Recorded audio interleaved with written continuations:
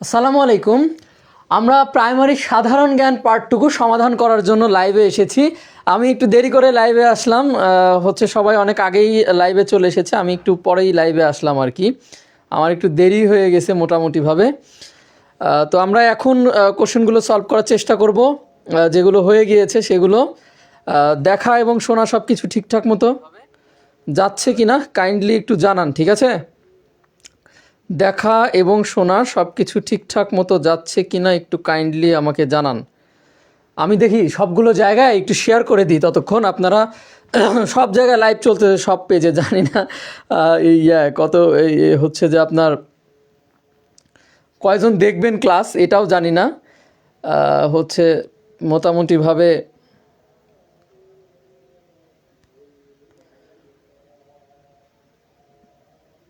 আচ্ছা, আমরা একটু সলভ করার চেষ্টা করি, ঠিক আছে? আচ্ছা, আপনারা একটু লাইভটা শেয়ার করেন, আমিও একটু লাইভটা শেয়ার করে দেই, দেখি শেয়ার করা যায় কি না।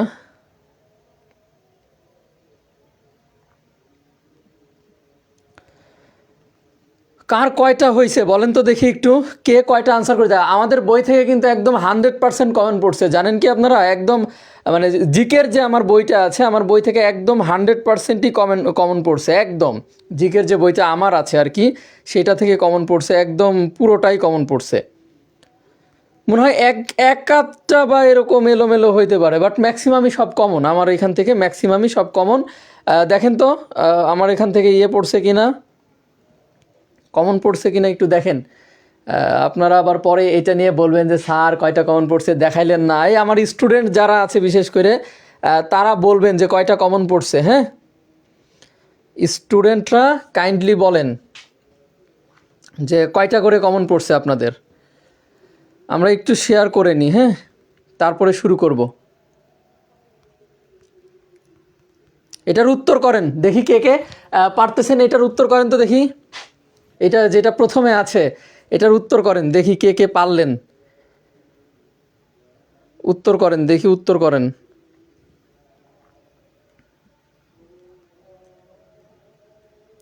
এইটার উত্তর করেন, যারা যারা আছেন দেখি পারেন কি না, এটার উত্তর করেন। একদম সহজ কোশ্চেন, মানে আমার কাছে একটু কেমন ব্যাপারটা ওড লাগতেছে যে এত সহজ কোশ্চেন করছে প্রাইমারিতে, তাও সাধারণ জ্ঞানের পার্টটুকু একদমই 18-20টা কোশ্চেন করছে, একদমই সহজ, মানে 5 মিনিটে আনসার করা যাবে এরকম কোশ্চেন করছে সবগুলাই।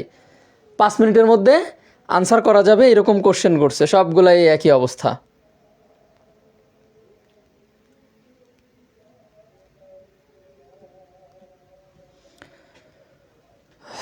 আচ্ছা, আমরা একটু সময় নিচ্ছি, 1-2 মিনিট আপনাদের কাছ থেকে চেয়ে নিচ্ছি আর কি, করার জন্য।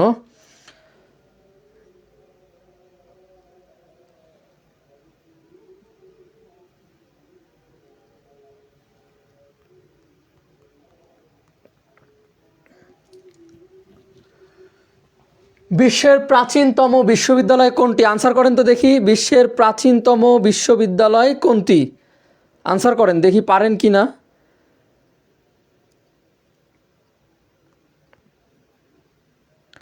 বিশ্বের প্রাচীনতম বিশ্ববিদ্যালয় কোনটি? আনসার করেন দেখি পারা যায় কি না। আমরা এখনই শুরু করব, একদম অল্প একটু পড়া, বেশি পড়া না। সব টিচার লাইভ এখন, সব টিচার আমি দেখলাম কিছুক্ষণ আগে, সব স্যার লাইভে, সবাই কোশ্চেনের সলভ করতেছে, ঠিক আছে? সবাই কোশ্চেনের সলভ করতেছে।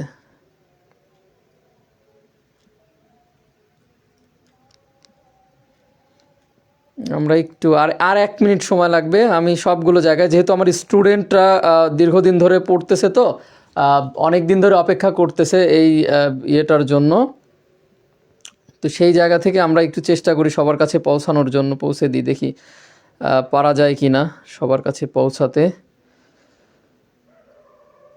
আমরা একটু 1 মিনিট আপনাদের কাছ থেকে একটু সময় চেয়ে নিচ্ছি, দেখি পারা যায় কি না।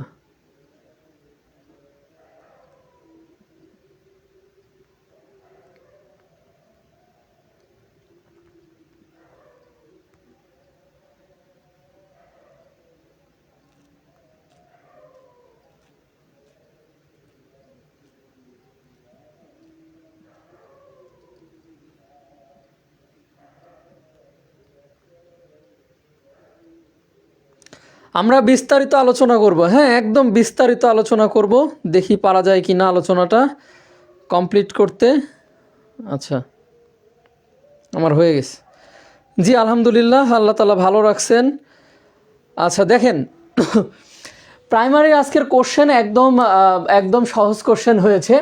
আমরা যদি আজকের কোশ্চেনটা একটু সলভ করার চিন্তা ভাবনা করি তাহলে দেখব আমাদের এই প্রাইমারি কোশ্চেন, প্রথম যে কোশ্চেন, বিশ্বের প্রাচীনতম বিশ্ববিদ্যালয় কোনটা? দেখেন আমি আপনাদেরকে যাদেরকে পড়িয়েছি তারা এটা খেয়াল করেছেন হয়তো যে আমাদের প্রথম অধ্যায়ের সম্ভবত 3 নাম্বার ক্লাসে বা 4 নাম্বার ক্লাসে, 3 নাম্বার ক্লাসেই সম্ভবত এটা খুব সুন্দর করে আলোচনা করা হয়েছে। এটা খুব সুন্দরভাবে আলোচনা করা হয়েছে। বিশ্বের প্রাচীনতম বিশ্ববিদ্যালয় গুপ্ত বংশের সময়, কোন বংশ? গুপ্ত বংশের শাসনামল যখন চলছিল সেই সময় এই নালন্দা বিশ্ববিদ্যালয় বা নালন্দা মহাবিহার প্রতিষ্ঠিত। আমরা একটা করে প্রশ্ন নিব এবং সেই প্রশ্নটা চেষ্টা করব যে একদম সেই প্রশ্নটার একদম A to Z বের করে ফেলতে, ঠিক আছে? আচ্ছা, তাহলে কোনটা উত্তর হবে এটার? নালন্দা বিশ্ববিদ্যালয়। আসলে বিশ্ববিদ্যালয় না, সেই সময় এগুলো এক একটা মহাবিহার ছিল। মহাবিহার বলতে কি বোঝায়? মহাবিহার বলতে বোঝায় যে বৌদ্ধ ধর্মের শিক্ষা কেন্দ্র যেটা, সেইটা মানে স্টুডেন্টরা যেখানে আবাসিক থেকে অ্যাকোমোডেশন সিস্টেমের মাধ্যমে থেকে যেখান থেকে পড়ালেখা করেন সেটাকে কি বলা হচ্ছে? বৌদ্ধ বিহার বলা হচ্ছে। সেই বৌদ্ধ বিহারকে পরবর্তীতে বিশ্ববিদ্যালয় বলা হচ্ছে। এটাই স্বাভাবিকভাবে বিশ্বের প্রথম বিশ্ববিদ্যালয় হিসেবে কাউন্ট করা হচ্ছে। এইটার অবস্থান বর্তমানে বা সেই সময় কোথায় ছিল একটু দেখেন। এটার অবস্থান ভারতের বিহার রাজ্যে, ভারতের বিহার রাজ্যে, বর্তমানে বিহার রাজ্যে।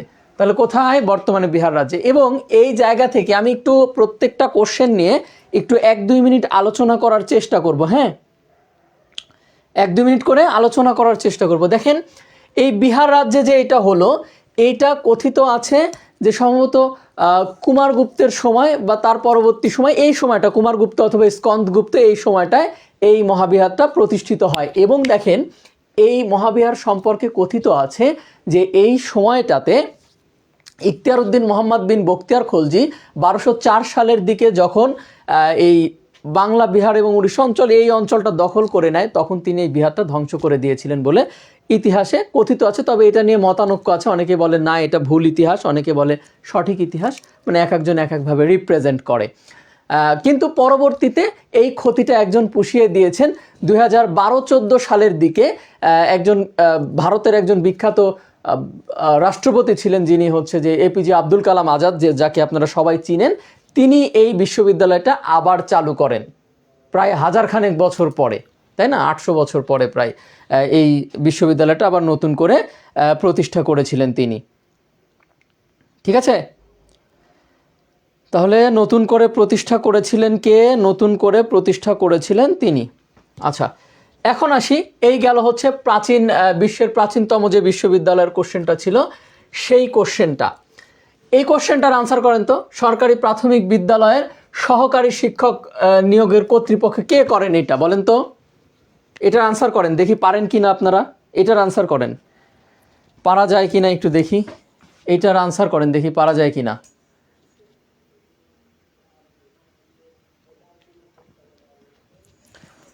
এটার আনসার করেন দেখি, পারা যায় কিনা এটার আনসার করতে।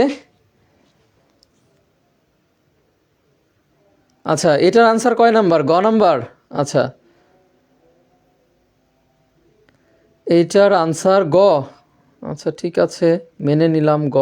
আসলে সব পেজে লাইভ চলতেছে, সব পেজে একদম কোপায়া লাইভ। আচ্ছা, এই গ নাম্বার, এটার আনসার আমরা সবাই জানি যে পরিচালক প্রাথমিক শিক্ষা অধিদপ্তর। গ নাম্বার উত্তর হবে এটা।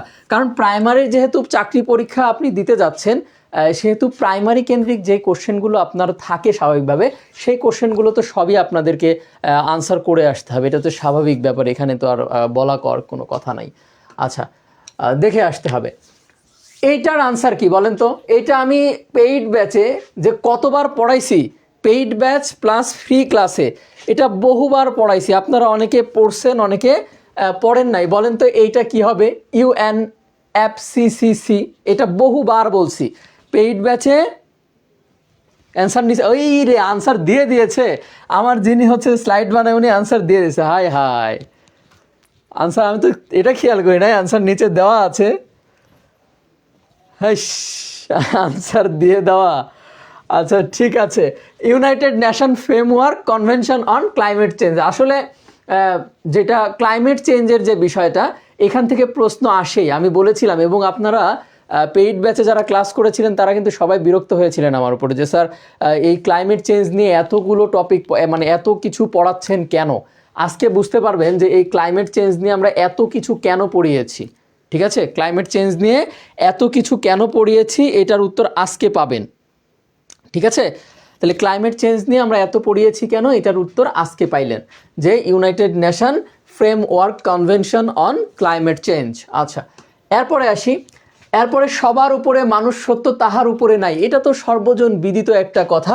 এটা স্বাভাবিকভাবে সাধারণ জ্ঞানের মধ্যে ধরেছে, কিন্তু এটা বাংলা সাহিত্যের অংশের মধ্যে ধরতে হবে। উনি যেহেতু দিয়ে দিয়েছে, আপনারা বলেন তো এটা কে হবে? যেহেতু আনসার দিয়েই দিছে, চণ্ডীদাস খ নাম্বার, তাই না?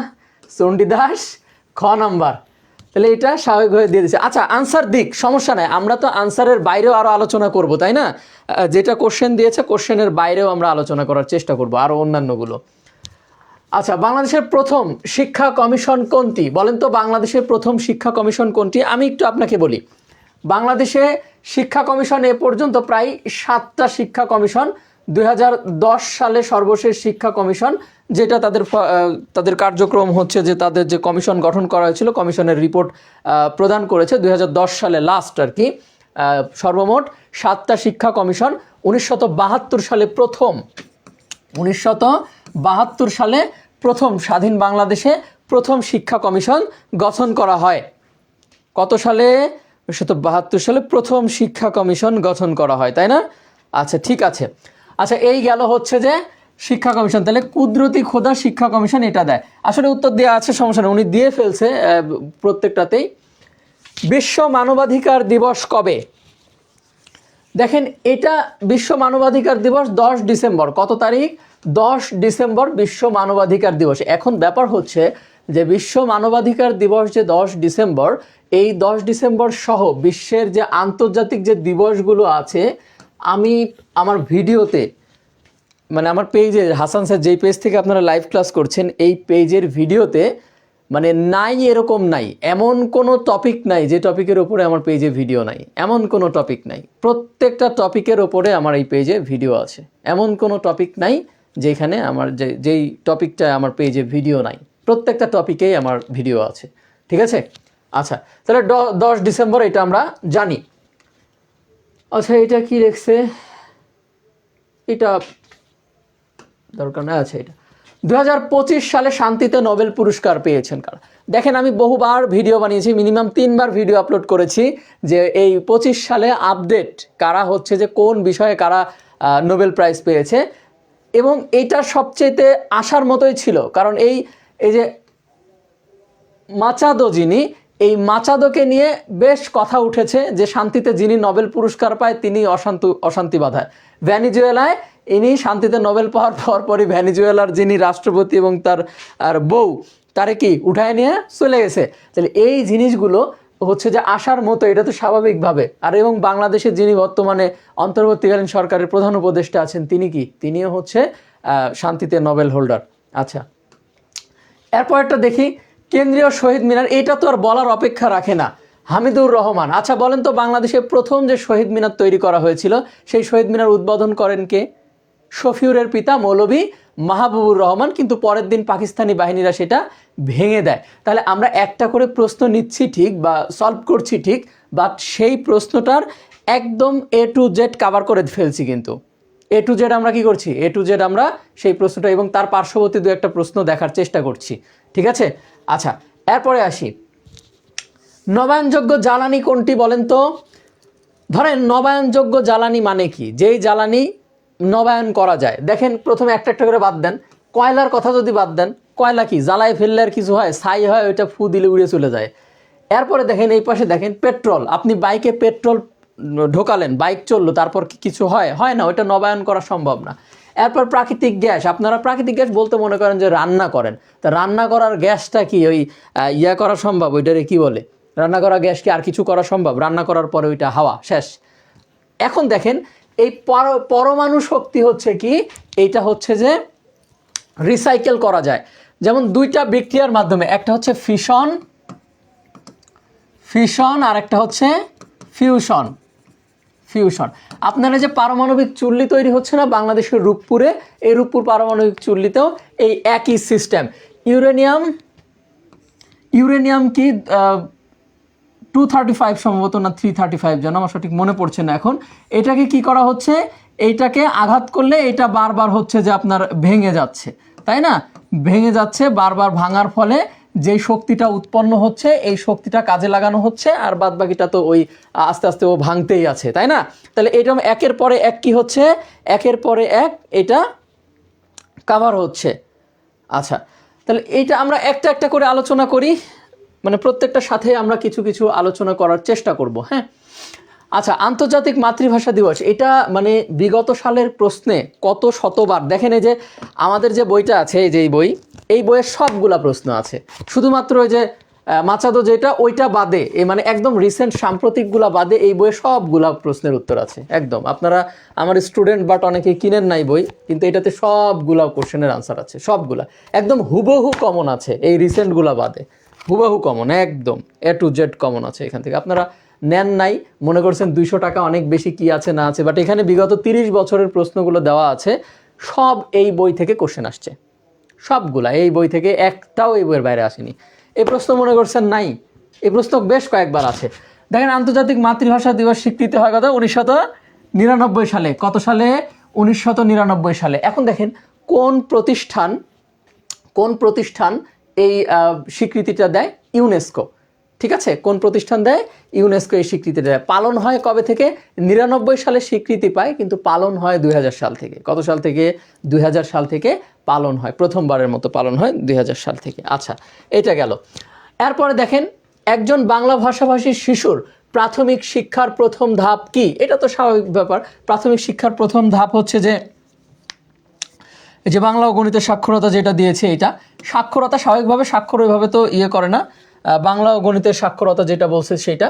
আচ্ছা, এটা ওই অন্য সেক্টর, অন্য জায়গা থেকে। শিক্ষাদানের প্রথম ধাপ কোনটি? শিক্ষাদান না, পৃথিবীতে, জি শিক্ষাদান না, ঠিক।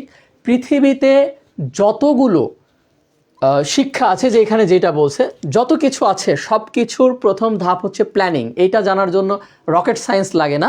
পৃথিবীতে যা কিছু আছে ছিল সব কিছুর জন্য কি প্ল্যানিং হচ্ছে প্রথম। তাহলে এখানে যেটা যে পাঠ পরিকল্পনার কথা বলছে, দ্যাট মিন্স এই যে পাঠ পরিকল্পনা যেটা, এই পাঠ পরিকল্পনা মানে কিভাবে আপনি পড়ে সামনের দিকে আগাবেন, এইটাই শিশুকে প্রথম শেখাতে হবে। এইটাই বলছে যে শিক্ষাদানের প্রথম ধাপ কোনটি, মানে আপনি শিক্ষক হবেন, আপনার শিক্ষাদানের প্রথম মানে আপনি কিভাবে পড়াবেন, এটার প্ল্যানিং করাটাই হচ্ছে মেইন। আচ্ছা, এরপরে আসি, বাধ্যতামূলক প্রাথমিক শিক্ষা আইন পাশ হয় কোন সালে? বলেন তো কোন সালে? 1991 সালে না? 1991 সালে করা হয় বাধ্যতামূলক শিক্ষা, মানে 1 থেকে 5ম শ্রেণী যেটাকে বলা হচ্ছে প্রাথমিক শিক্ষা বাধ্যতামূলক করা হয়। প্রাথমিক শিক্ষা নিয়েই অনেকগুলো প্রশ্ন আসছে। আপনি যদি প্রাইমারি রিলেটেড কোশ্চেনগুলো দেখে যান, তাও 4-5টা কোশ্চেন, 4-5টা আছে, আরও আছে, দেখেন আরও আছে। শিশুর কোন আচরণটি সামাজিক বিকাশের, জানেন যে খেলাধুলা করা মনে হয় নাকি, এই যে বন্ধুদের সাথে খেলাধুলা করে, এটা তাহলে বন্ধুদের সাথে যদি খেলাধুলা না করে ঘরের মধ্যে থাকে, মনে করতে হবে যে সে হচ্ছে যে একটু তার প্রবলেম আছে বা এরকম কিছু একটা তার হচ্ছে। ঠিক আছে,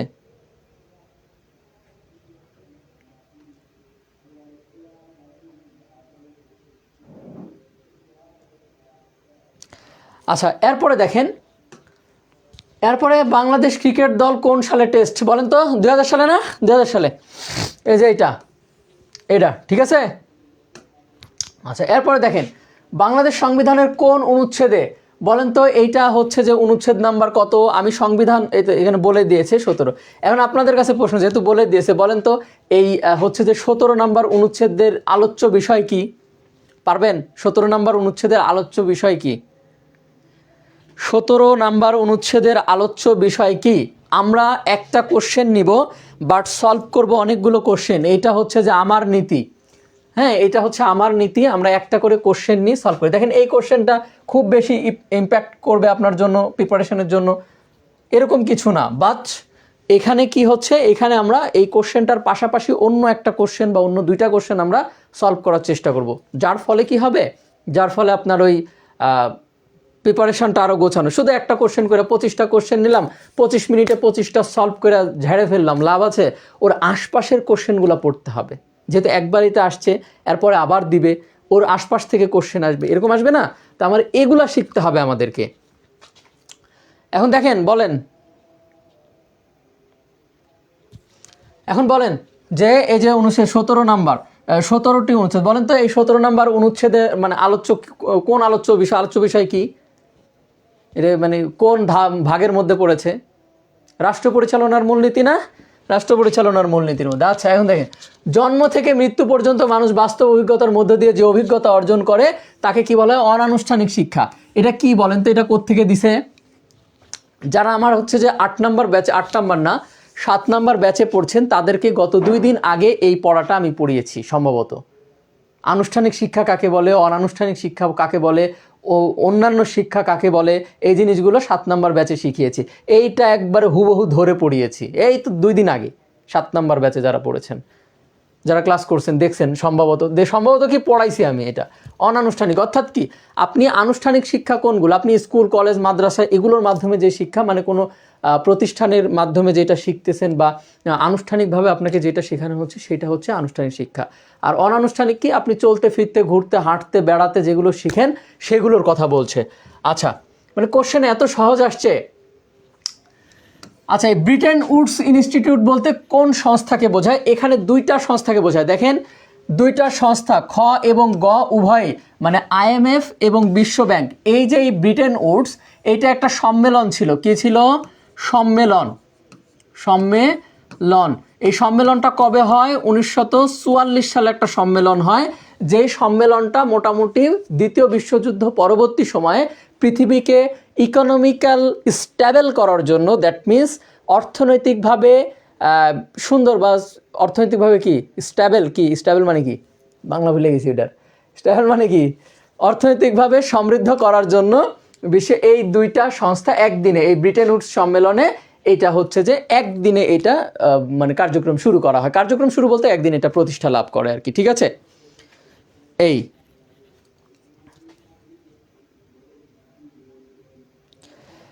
আচ্ছা, এরপরে আসি। দেখেন তাহলে ব্রিটেন উডস সম্মেলনের ব্যাপারে আমরা আলোচনা করে কমপ্লিট করে ফেললাম। আচ্ছা, এরপরে দেখেন একটু, এরপরেরটা কি আছে? কোন পদটি সাংবিধানিক পদ নয়? বলেন তো সাংবিধানিক পদ কয়টা? দেখি কে কে পারেন। আমি পড়িয়েছি কিন্তু সংবিধানে যে চ্যাপ্টারটা আমি পড়াই, একদম লাস্ট স্লাইডে মনে আছে? 5 নাম্বার অধ্যায় আমার যে ইয়ে আছে, স্লাইড আছে, 5 নাম্বার অধ্যায়ের স্লাইডের একদম লাস্টের স্লাইডটায় এটা আছে। বলেন তো, মানে সাংবিধানিক পদ যেগুলো, সেগুলোর নাম আছে, 5টা জিনিসের নাম দেওয়া আছে, ঠিক আছে? বলতে পারবেন কেউ? এই স্টুডেন্ট কারা আছে দেখি, পেইড ব্যাচের স্টুডেন্ট কারা আছে? পেইড ব্যাচের স্টুডেন্ট কারা আছে? এই বলেন, সবাই ম্যাক্সিমাম অনেকেই পেইড ব্যাচের স্টুডেন্ট, দেখি।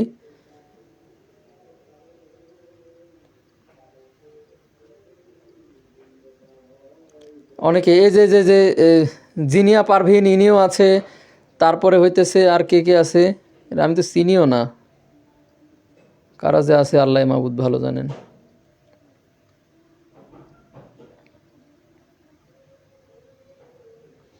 আরে গ না হয় বুঝলাম, এই যে এইটা না হয় বুঝলাম যে গ, এখানে তো এটা কি গ? কোনটার কথা কোনটায় বলতেছে আল্লাহ মাহমুদ ভালো জানে। সাংবিধানিক পদ নয়, বলেন এখানে সাংবিধানিক পদ নয় বলা হয়েছে, বলেন তো।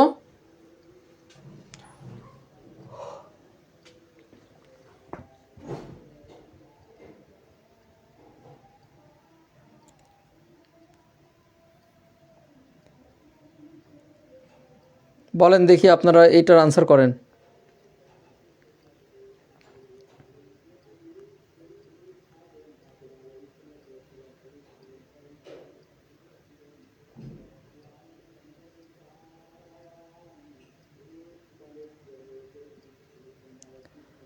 একজন আবার লিখছে 6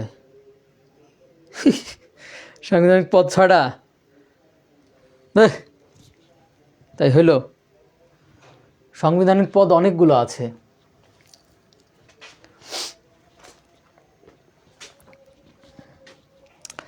আচ্ছা দেখেন, এটার আনসার অনেকেই আপনারা ভুল করে ফেলেছেন, ঠিক আছে? ও না না, ঠিকই আছে, ভুল করেন নাই, আপনারা ভুল করেন নাই, অনেকেই ভুল করেন নাই।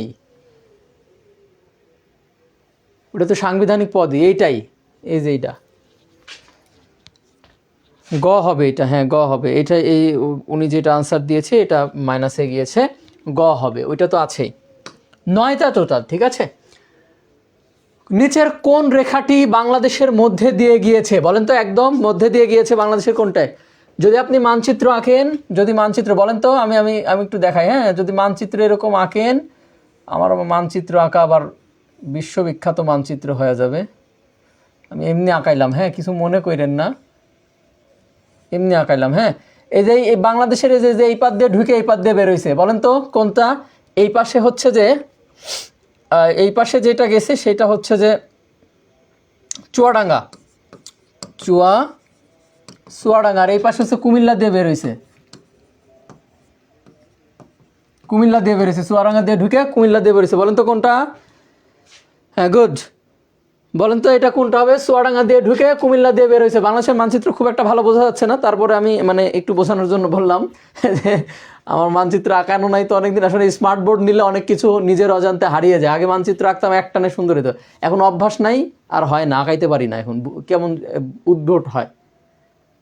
আচ্ছা দেখেন তাহলে এটা যেটা কর্কট ক্রান্তি রেখা, তাই না? কর্কট ক্রান্তি বাংলাদেশের কোন দিকে ঢুকছে? এই যে চুয়াডাঙ্গা জেলা দিয়ে ঢুকে কুমিল্লা দিয়ে বের হয়ে গেছে, তাই না? এটা হবে। আচ্ছা আমরা পরেরটায় যাই, দেখি কি আছে।